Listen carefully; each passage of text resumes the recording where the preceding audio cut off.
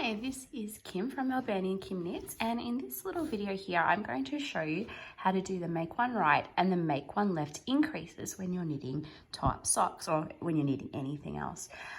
So I've begun with the top cast on, which you can see, and the great thing about this is that I've got a video for that in my previous I've got a tutorial for that in another video. The great thing is that it creates a really invisible or a seamless cast on, and then we gradually start to increase on either end to create our toes. So I've got my stitch marker here to show you the beginning of my round. I'm going to show you basically what the pattern does is it has a knit one, make one right, then you knit to the end of the row or the second last stitch, make one left, knit one again, and then you do the same on the bottom side, and then the second round around you knit, because that will help to establish those increases without them looking funny. So first things first, we're just going to knit one as the pattern says. Now when we're doing a make one right, it's going to make a stitch that slants to the right.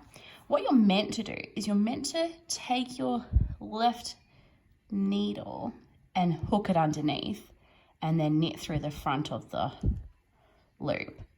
I find that a bit awkward, and I find that I'm going to get close to dropping this next stitch off. So when I'm making one right, I like to think of it, I like to use my right needle to hook this up and just pop it on and then knit through the front of the loop.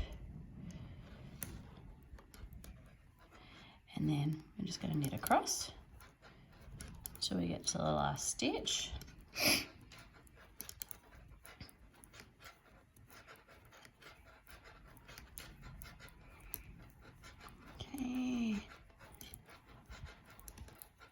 And then we get to the last stitch and then we make one left. And then for make one left, I do it as you meant to, which is you take that working needle there. You can see that I'm just going to pick up that bar that's between from front to back, and then we knit through the back of the loop.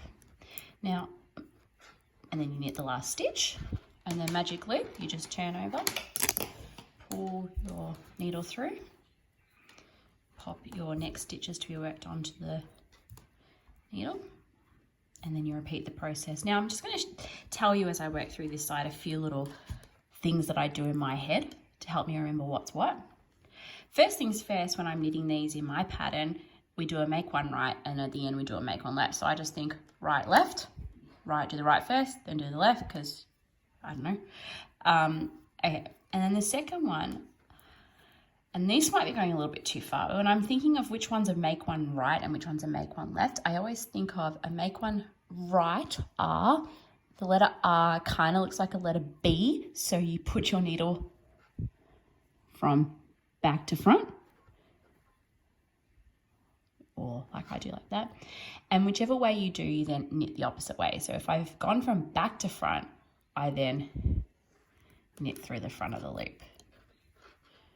Okay, and then for make one left, well, left has the letter L has a straight vertical line and then a horizontal line at the bottom, and the letter F also has a straight vertical line and it has two horizontal lines. This is just how I think of it in my head.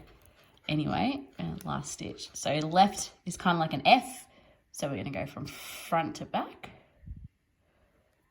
And then because I've gone from front to back, I knit through the back of the loop and then knit the last stitch. I'm back at the beginning of the round.